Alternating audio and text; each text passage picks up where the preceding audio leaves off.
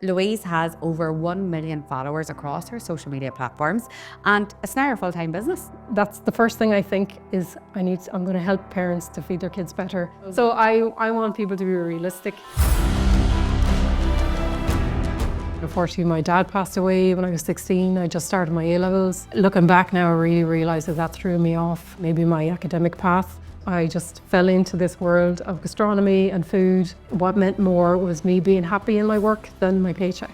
So I trained as a chef. COVID happened, the place where I was working ended up closing. I started giving online cooking classes. I did courses. I felt this is great, but it's not it. It's not it. Anything that you feel that's my calling and I should have done that. You can be whatever you want on social media. What would you say, like, it was very brave of you then to, kind of break free from that corporate world when you were in it already? How did you do that? How did you make that decision? Series 11 of the Dig podcast. I can't believe Series 11. I didn't even know how to press record on that very first episode, but we are back for you, the listener. Real lives, real moments. That's what we need. We need real stories, things that people are going through in everyday life, brought straight to you, but with, most importantly, actionable advice. And that's what all our guests are going to bring to you in Series 11. This is real lives and real moments, so we are going to be covering sensitive topics, and I just want to give you a heads up about that. Welcome to the Dig podcast. Today on the Dig podcast, unreal guest for you all. I can't wait for you to meet her, Louise Robbie. But some of you might know her as Little Lou Cooks. I follow her every single day for lots of inspiration. But Louise has over 1 million followers across her social media platforms, and it's now her full-time business. So there's so much, of course, in the world of work that I want to talk to her about. She helps educate people, particularly families. We all need this in our lives, on healthy meals, focusing on those like lunchboxes. Like, I never know what to put in the flipping lunchbox. Like, it's actually snacks in my house because my kids get school dinners, but that's another story. You never know what to give them for the snacks. It's healthy and try to go with it. Louise teaches that. But who is the woman behind the social media account? Because as I've said with this whole series and last series, real life, real moments. It's all about the person and what their life is like. But how did you find yourself in this new way of life? And actually from a few years ago, not even using social media at all. But she's here. She's travelled from Galway. Thank you for being on the Dig podcast, Louise. Thanks, Caroline. Thanks for having me. Oh, no, it's an honour. And we actually know each other from home as well because you are from Tyrone. That's right, yeah. And but now you live in Galway, isn't that right? Yeah, I loved that when you invited me on, that I was sitting in my sister's house across the field from your house.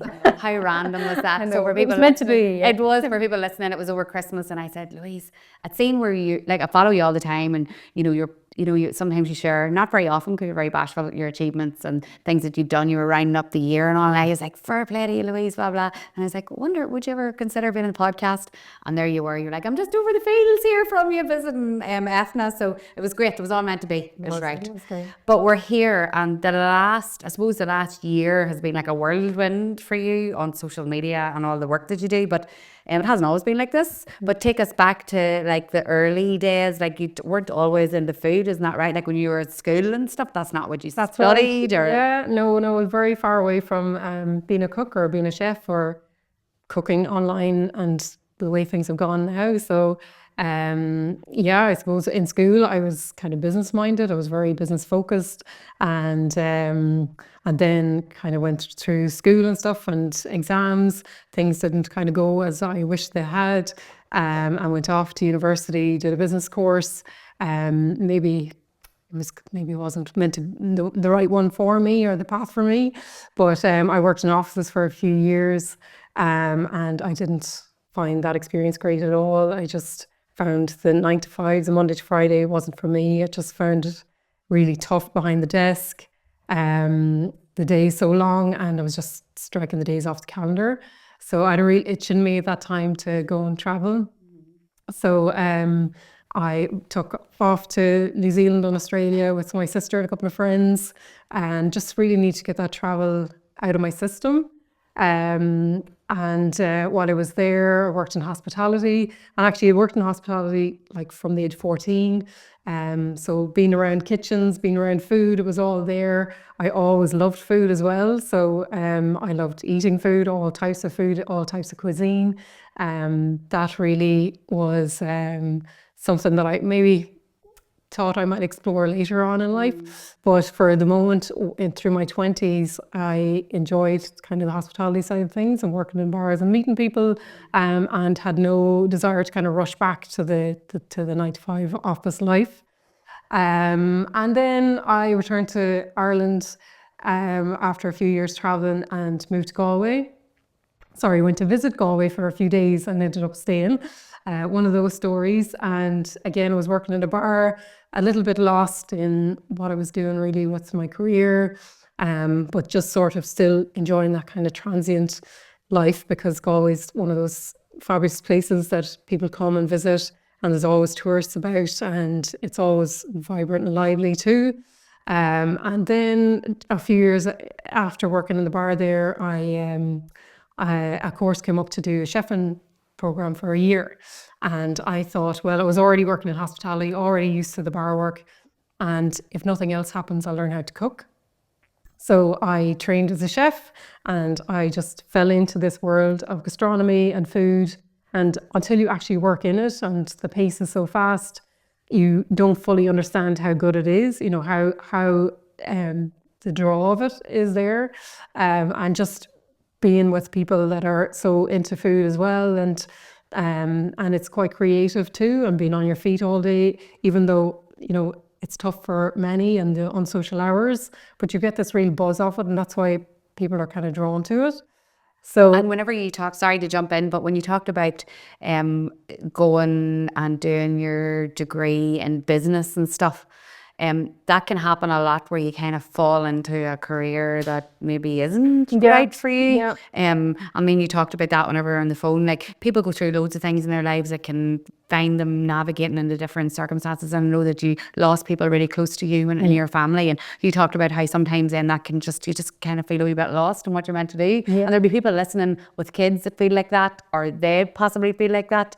What would you say? Like, it was very brave of you then to, you know, kind of break free from that corporate world when you were in it already. How did you do that? How did you make that decision? Yeah, I suppose, looking back, when I was in school, I was definitely business minded. I think I wanted to work in banking at one point, and I was into the numbers. And then unfortunately my dad passed away when I was 16. I just started my A-levels, and looking back now, I really realised that threw me off the path of maybe my academic path, and I was certainly focused before that, and less focused after. But I kind of kept pursuing the exams anyway, but then the results didn't turn out to be as good as I would have liked. So maybe I didn't get the university course that I would have first have went for, and then took something that, you know, wasn't so as good, but I still needed to get away. I just felt I needed to. I ended up going to Liverpool to study, and then my sister passed away 3 years after my dad. So possibly took its toll too. But look, you know, I suppose at the time I was just doing what I thought I should do, and I stuck with my studies, and I got my degree. I worked in the office for 3 years, and I suppose then I just realised, it was a couple of months before I went travelling, I was like, this is not for me. I just knew it wasn't for me to stay in that kind of environment of working from Monday to Friday. I remember just, honest to God, striking the days off the calendar and wishing like for the weekend, and not, it just wasn't enjoyable. It just wasn't, and I suppose a lot of people feel that in the work that they do. You know, when it's very predictable work. You go in on the Monday and you come home on the Friday, and you do the same. It's on repeat. So yeah, I knew I needed to travel, so I got away. But when I came home and I was supposed to return to the office, I just couldn't do it. I couldn't bring myself to go back into the office space, even though I had spent the years studying, and that time that I dedicated to studying. But I did enjoy the hospitality. I did enjoy being on my feet, and the camaraderie that you get from being in a team. You know, it's not well paid, but I don't think many people do it for the money. But to me, what meant more was me being happy in my work than my paycheck. And that continued on out. Like I worked in a few really great restaurants, with really great chefs in Galway. And then one day I was working in a restaurant. I was working evenings, and my friend came to me and she said, I'm taking on the lease for a cafe. She's like, daytime hours, will you join me? So I was like, yes. So when I joined her, it was a real family focused restaurant. It was the menu was set out for families and for children. My boss, and she was my good friend, Michelle, and she's a really homely person, and she cared about every single customer that came in through the door. I remember the space was quite big in the restaurant, and she could have packed in a lot more tables and chairs, but she's like, no, I want space for buggies. I want families to feel comfortable. That was really what was most important to her, and it definitely rubbed off on me. And then I became a mother. And I remember weaning my daughter in the first, after she turned 6 months, and thinking, God, there's so much information out there. I'd love to, it's really daunting for new parents. And imagine if there was a course set up for parents just in Galway to see maybe the equipment needed to feed your children well from the beginning. So me and my friend, we started giving weaning classes. We ran them in the restaurant that I was working in the morning before we'd open. And Michelle, our boss, was very kind. She was like, you can use the space. And I'd lay out all the little Tommy Teepee spoons and cups and beakers and plates. And then I'd cook some lentils and chicken and soup or little finger foods for the kids. So it wasn't, we're not dietitians or nutritious, but we were just giving people tips on where to begin, where to start. So the mothers would come and their babies in their arms and watch us. And I got so much from it, and I was like, it felt amazing to help parents. And a seed was planted then in that I felt there was something in it that I needed to do to help parents to feed their children better. And how could I do that more? So we continued giving the classes, and then of course COVID happened. And everything went inside, and everybody stuck at home, and I lost the place where I was working ended up closing really sadly. It was really, really beautiful place called the Kitchen in Galway, and a really big loss now that it's gone. But then I was at home and I was like, okay, I have chef skills and I want to help people and I want to teach people how to cook, and how could I do this? So I started giving online cooking classes. And I was like, right, I'm going to set up my own business. And I registered my business, Little Lou Cooks, in 2021, in May 2021. And I started giving online cooking classes. I did courses. I was like, how can I make this work? And I did the classes, and I redesigned my whole kitchen, got it all set up like in a studio setting. So the kitchen that you see in my videos is set up for online cooking classes. And then but I was given the online cooking classes, and they were great, but I felt this is great, but it's not it. It's not it. There's something else can come out of this. And then COVID subsided and everything opened up, and that was the end of the online classes. And I was glad, because I just felt it wasn't going to go anywhere else. So that was grand. And then I was like, all the time I started sharing recipes online as well. So in the beginning I hadn't a clue how to video. I could cook, but so I had to learn how to edit. All about lighting and the best light and the daylight. And I started sharing, and my message has always been the same from the start, like simple recipes to make at home. I don't have lots of time. I'm a busy mother. I don't have time for fancy. It's not chefy. It's not long-winded. If I can use a bowl and a jug to make some muffins, happy days. Yeah. If I don't have to pull out a big mixer, brilliant. And that, the washing up as well. So I'm like, keep it nice and easy and quick and fast. So that's what my recipes are. And sorry, the seed that was planted in helping parents, I honest to God, that's my mantra every morning that I wake up. It's the thing that I'm like, okay, that's the first thing I think is I'm going to help parents to feed their kids better, and how am I going to go about that? And I have a few very exciting projects in the works. So that's what keeps me focused every day. Thank you so much again for listening to the Dig podcast. And don't forget, if you like listening each week, if you love our guests, please hit that follow button if you're listening on Apple or Spotify. If you're watching on YouTube, hit subscribe. And that means even more people can find out about the Dig podcast, and we can keep reaching out to the guests each week and bringing you some inspirational stories with actionable advice. Now we're going straight back to our amazing guest. Unreal. Now you're skipping over loads of things there about, you know, like the success, like over 1 million people, Louise, watching you. How does that feel? Like, I mean, Yeah. it's great because actually that's the amount of people that you could be helping too, to change their lives. But it's unbelievable. And then, as you say, great things are coming out of it with great projects in the pipeline and like your career now. But you said something to me whenever we had our call, and I just thought it was the best line, because I am a great advocate for social media and the positivity that can come out of it. Of course, there are negatives with everything, but it's more positives, I believe. But you said, we're going to turn this into a graphic, a quote graphic by Little Lou Cooks. We definitely are. Social media is a dreamer's world.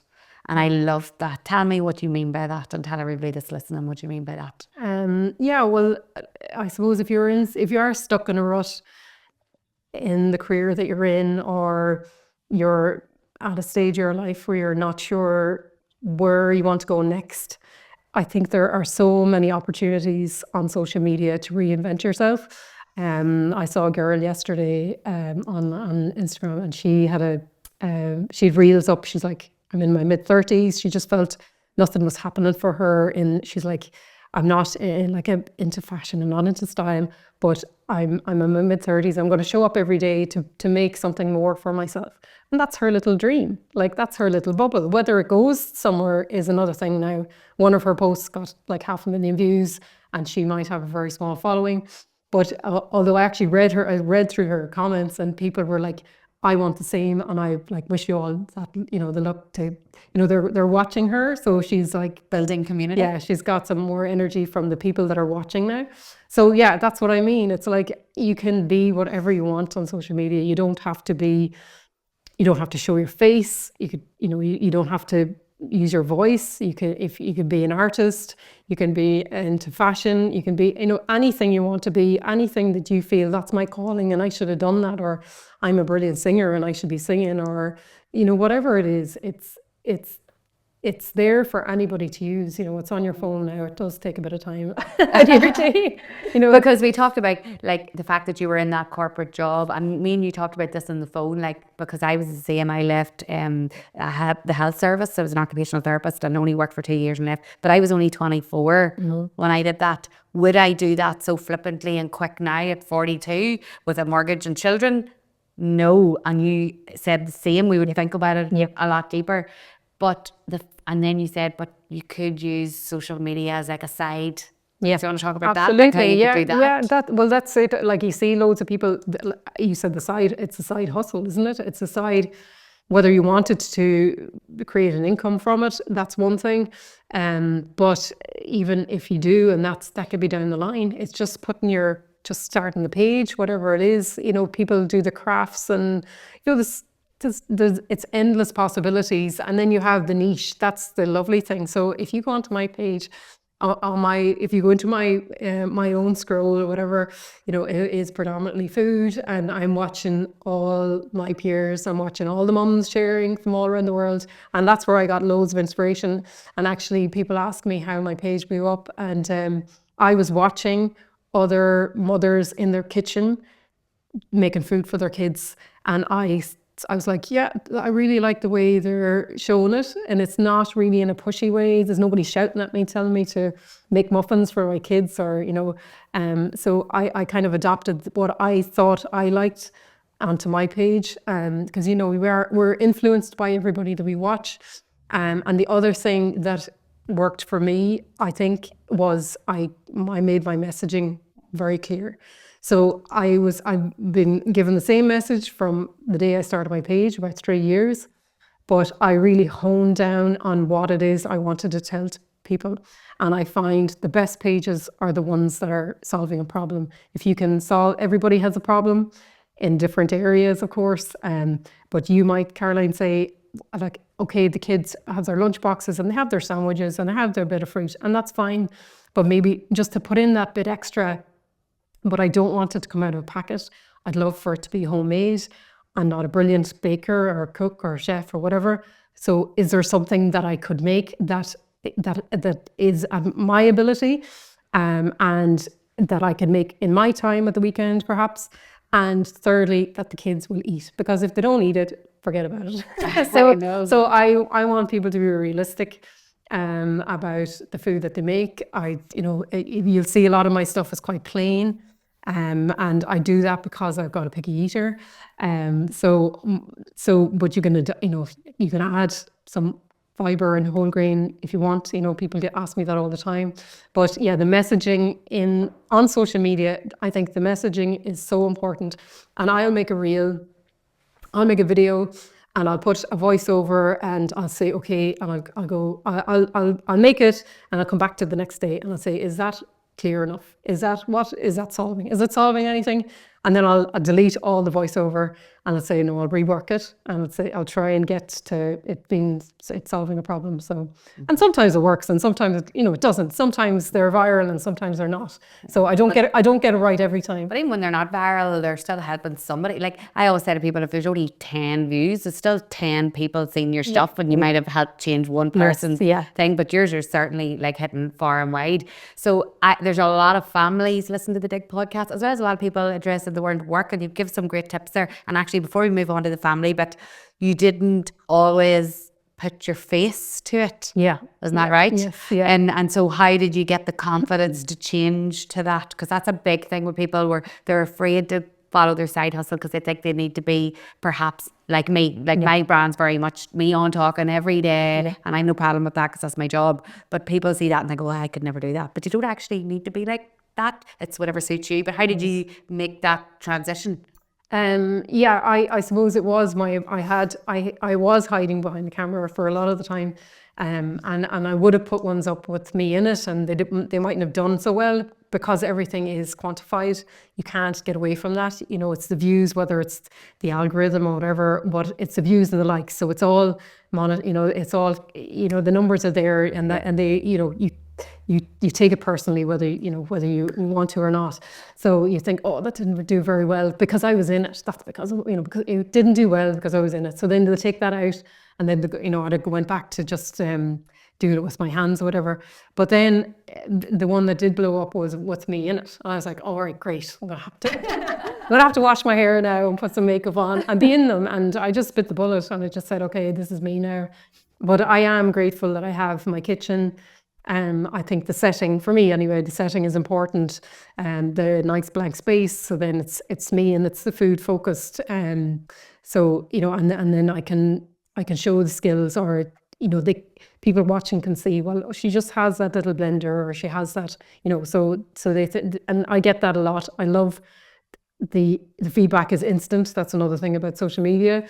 So they will say, that looks really easy, you make it look really easy, and that's brilliant, and your food is real, and we love that, and it's doable, and we love that, and it's achievable, and I'm not a great home cook, or you've inspired me to cook again, or I get affirmations every single day, and this encouragement from the people that follow me, which is just incredible. Yes, you inspire me every day, and now we're going to get down to business. The people that are listening are families, and maybe not even families, but cooking for themselves. But can you give us, and I did give you a warning, I was going to say this because you've got that many recipes, top tips for those lunchboxes, snack boxes? What's the top tips or top recipes, or is there anything you can share that can help us? Well, this is very simple for me to answer because I mostly make the same snacks, like probably the same five in the last 3 years, and I'll reshare them in September, reshare it in January, when people are kind of in the back to school mode, and they're the mini scones, which are like 5 ingredients. And a muffin, I do these ABC muffins, apple, banana and carrot, and they have been unbelievably successful in that I just get loads of people coming back saying they love them, and they just love there's a little bit of healthy stuff in there, a little bit of carrot, because we're just like dying to get good food into them. And I like most of my recipes are the sugar is reduced by half. So they're quite low sugar. And then I do these little oat bars that are again like 5 ingredients, and they're 5 minutes to make them and 20 minutes to bake them. And then I do the little energy balls that are no bake. So people love no bake recipes as well. because, you don't even have to, you don't even have to put the oven on, and if people are conscious of electricity bills and whatever else, they love that. So there's 4. That's probably my 4 top ones. And then I would make a chia seed jam to go with the scones. So they're like the simplest recipe. I make it once a week, and my kids love it, thankfully. And that's 2 bags of frozen fruit. It's raspberries and strawberries. I get 3 50-gram bags from Aldi. So 2 bags into a pot and just let that warm through. And you're just literally heating it till it's all soft and heated. And then add in a sweetener. You can add sugar if you want, or maple syrup or honey, and chia seeds. So blend it and then add the chia seeds. And that's jam. That's our little homemade jam. And it's, proper jam has got 50% sugar in it. So this has got very little sweetener, and my son won't actually regular jam. He just loves this. So then I put that in the scones. So there are my 4 that I always have. And the best part about it is that you can freeze them all. I was just about to say, now, can we freeze this stuff? Yeah. So that's, I think that was that was what people saw in my reels that they might not have seen before. It's like, yes, you can make muffins, but you can actually cool them, bag them up and put them in the freezer. And I'd always make 24 muffins. I would never bother making 12 because they're going to disappear. So make 24, the kids might eat half of them, and then put 12 in the freezer for another day. And then they defrost perfectly overnight. I just put them in the lunchbox the night before, and then they're ready to go in the morning, or a couple of hours. So yeah. Just taking a short break, guys, from our guest. We're going to be back really soon, but I want to let you know about our fabulous partner that we're partnering with for 10 full weeks, MCG Property Group. What if your dream home is actually the one you're already living in? So many homes have like that hidden potential. They're just waiting to be reimagined into something really gorgeous. And that's exactly what MCG Property Group, they do that best. From stunning extensions to full-scale refurbishments and bespoke renovations, MCG specialises in transforming homes to perfectly fit your lifestyle. So whether you're looking for more space, a modern refresh or a complete redesign, then their expert team takes care of everything from planning and sourcing materials to managing the build with absolute precision and care. They have a network of top tradesmen across Northern Ireland, and MCG ensures the highest quality craftsmanship and a seamless, stress-free process, which is what we want. They don't just renovate homes, they unlock their full potential, and that's what you want for your beautiful home. So if you're ready to create the house of your dreams, the house you've always wanted, then MCG Property Group is the team to bring your vision to life. To find out more, visit the link in our show notes to get in touch with the MCG Property Group team.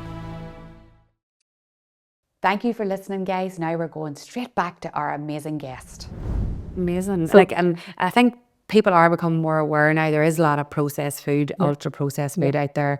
I'm so aware of allergies in our house and what my kids can and can't eat. And people are starting to educate themselves more, and that's so important, isn't it? Because it can have such an effect on the kids and our own health to be consuming this stuff. It is. And there are people that are reading labels now for us, which is brilliant. Unreal. I think, we don't like. Today I went into a shop on the way here and I picked up Tic Tacs.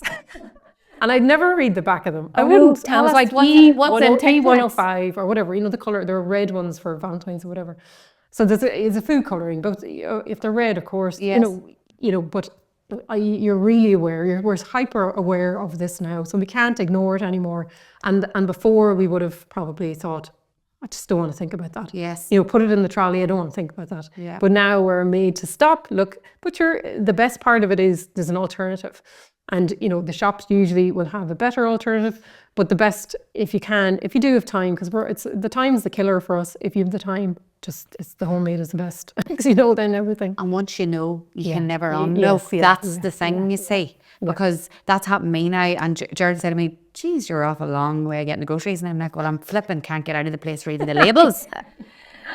And it scares me, it shocks me, but I think we have to educate ourselves on this. And then I had put up a thing on social media, and someone wasn't happy with me saying, that people don't have time, that there's a reason why convenience foods are out there. And I understand that for families and maybe perhaps single parents that can't prep the way we're talking. However, you do show if you're going to put the effort into cook, the fact that you can freeze it and see it. Like there is a way. Yes, yeah. Like the pasta sauce you do. Yeah. Tell us about it. I know we're talking about the actual lunchboxes, but that pasta sauce, like that opened my eyes. I was like, I really don't want to be buying these jars as much as I can because the pasta sauce, what's in it? Sweet potato. Sweet potato and peppers. So they're kind of sweet vegetables anyway. So they'll cook down, in the sauce. Like a normal tomato sauce you would make at home, you might put onion and garlic and the tin tomato, which is fine, which is great. And I might do a simpler recipe like that. But if you can throw in some veg as well, and then cook it down together, and then you're making a double batch with extra to freeze. So I would make 2 big jars, or you can put it in Tupperware, there's nothing wrong with that, and put one in the fridge, and I'll put one in the freezer, and it'll do frosted next week for when we have, because we would have pasta is the number 1 carb in my house and most. So to have, you can put it on pizza, on a like pizza with cheese, or you can put it on your pasta and spaghetti or spaghetti meatballs, whatever else. So I shared that this time last year and I reshared it again. And that's the beauty of my page, is brilliant that I can reshare stuff as well, because I don't have to make new content all the time. But when I take a video from last year, a lot of the times I will rework the message to make it more current now as well. So, so that's the... We're going to link as many videos as we can in the show notes for like the pasta sauce and those recipes as well, for people who are like, because that's what the next messages are going to be when they read like, where can we find these?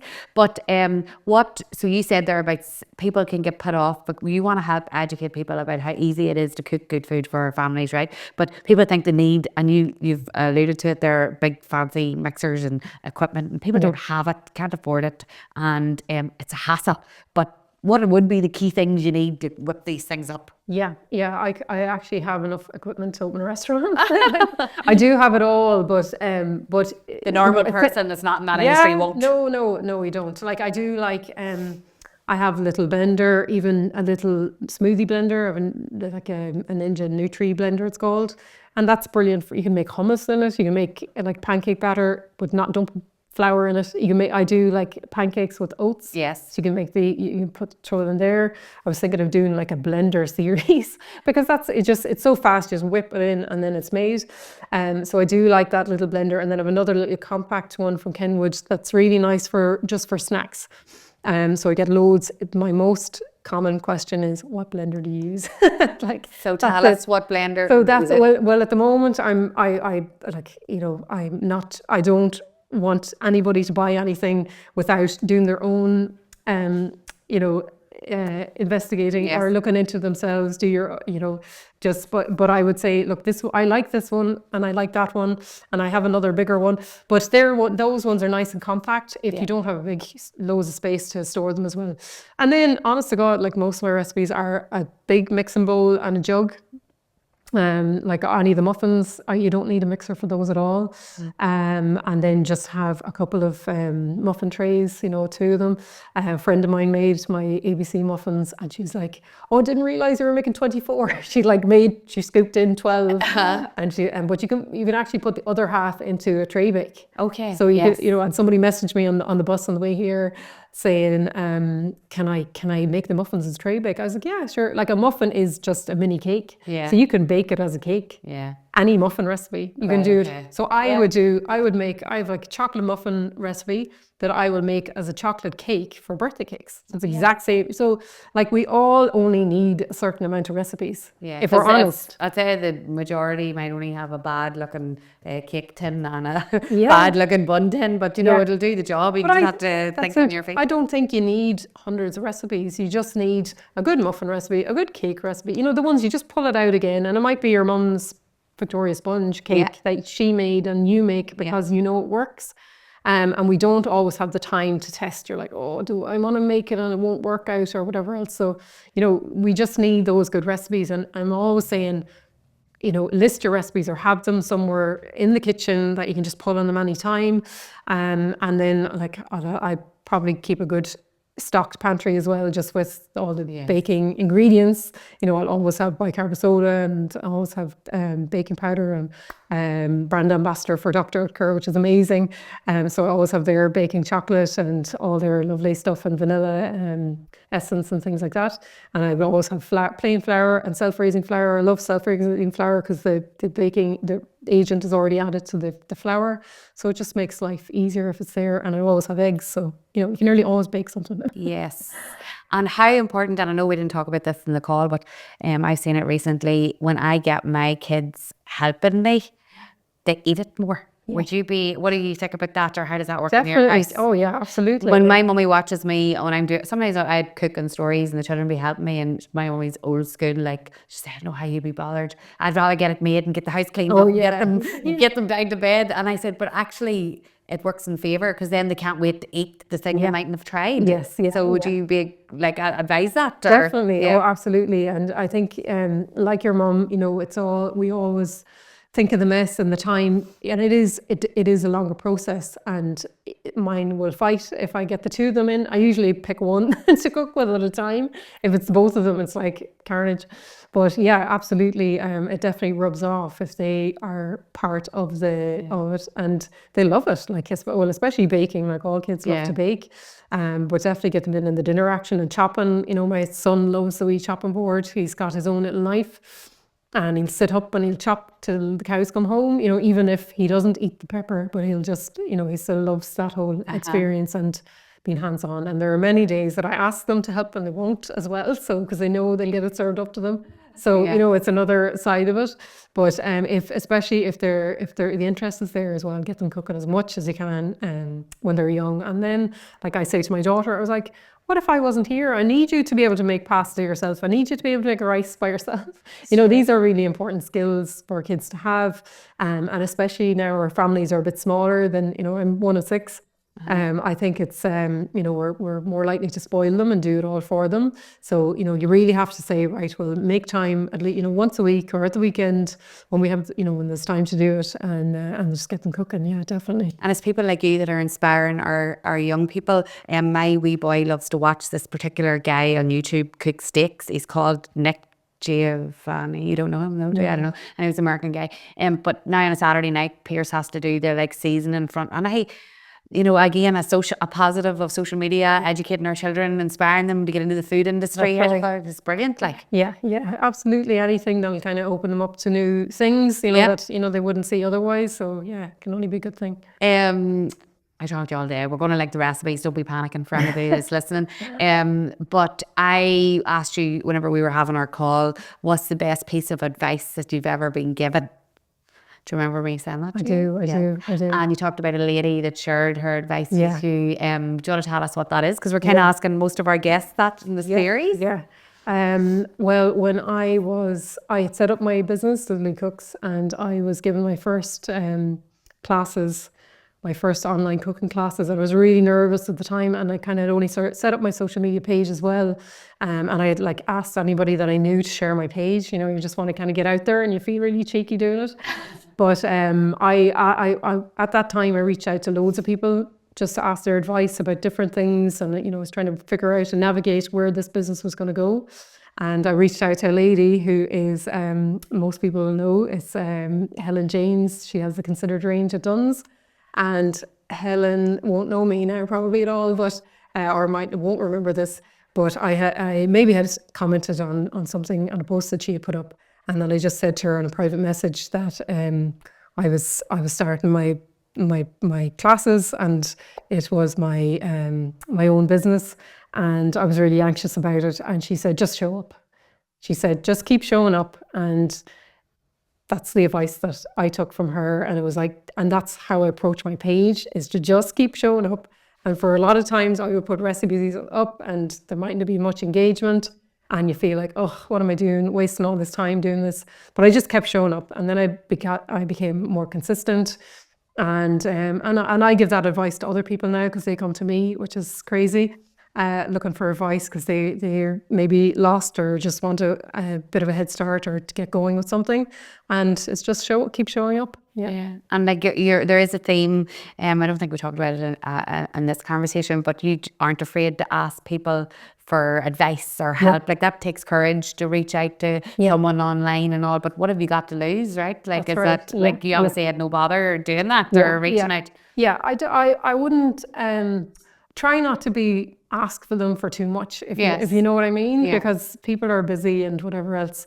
So if it's just a little bit of advice, or it's not too open, it's not, the question isn't too open that you can't answer it, and it would. Yeah, but I wouldn't don't be afraid to reach out to people, and people are incredible. Like I said, I've loads of stuff in the pipeline, and that kind of came off the back of people helping me kind of navigate the way, because at one time they were in the same position. They had to figure it out. And I keep looking at people going, if they can do it, I can do it. And that's what spurs me on. I'm like, there's nobody, we all have this doubt in us. We all have the self-doubt. And Caroline, you share that in your page too, that, just do it and we question ourselves every day. And it's like, and that voice is there. And I tell them, go away. I just need to get on with this. I'm too busy. I don't need to listen to the negative side of things, because it's there for us all. Yeah. And I think a lot of Irish people too, it's built into us that we think we're not good enough. And, we've probably hundreds of years of trauma from other things that we have to kind of get over, and just like, look, there's so many aspirational people online that are amazing, and I don't have time for the negative space, so I just like to follow people that are positive, like you, Caroline. And like you, that is helping change our homes and our families. Like the work you're doing is changing lives. That's how much it is impacting people. Like in our house with everything, I've shared online before that my wee boy has eczema. Food is so important to us, that we are eating the right things. And for years we weren't, and it had an effect on his skin. And now we're starting to really, because of people like you, teaching me that I can make this quicker and healthier for him and get him involved. So thank you for that. Yeah. And really the jam thing, like the jam, I don't want to buy a pot of jam anymore that might have things in it that he shouldn't be eating. I want to make your jam. Yeah, and get him to help you make it. I know. And he can make it himself too, because there's nothing dangerous there to be navigating. No, it's 10 and he can... You're not boiling sugar like you are a regular jam either. Exactly. Yeah, it's very simple, yeah. So thank you. I can't wait for the pipe. You keep talking about the things that are in the pipeline. We're not allowed to talk about it. But as soon as we are allowed to talk about it, we will be sharing it. In a few months, I can't wait. Yeah. I know, we're so proud of you. I just think you're amazing. And your whole family is a great family from Tyrone, but originally Tipperary. That's right, yeah. So you are from across the country, but I'm very lucky to have some of your family live very close to me as well. But we'll continue to follow you online. How do people, now that don't follow you, not that there's too many, when there's over 1 million, but find you now and follow your journey? What's your social handle? It's Little Lou Cooks on Instagram, Facebook and TikTok. Yes. And do you have a website, or is a website coming in the through? works. In the works. Yeah. Okay, so we're going to link all those in the show notes, and we'll share it on socials as well. Thank you for joining us on the Dig Podcast. Safe journey back to Galway, and you'll come back and talk to us again soon whenever you hit the 10 million. When you hit the 10 million. I'd love to. Thanks so much. Thanks for having me.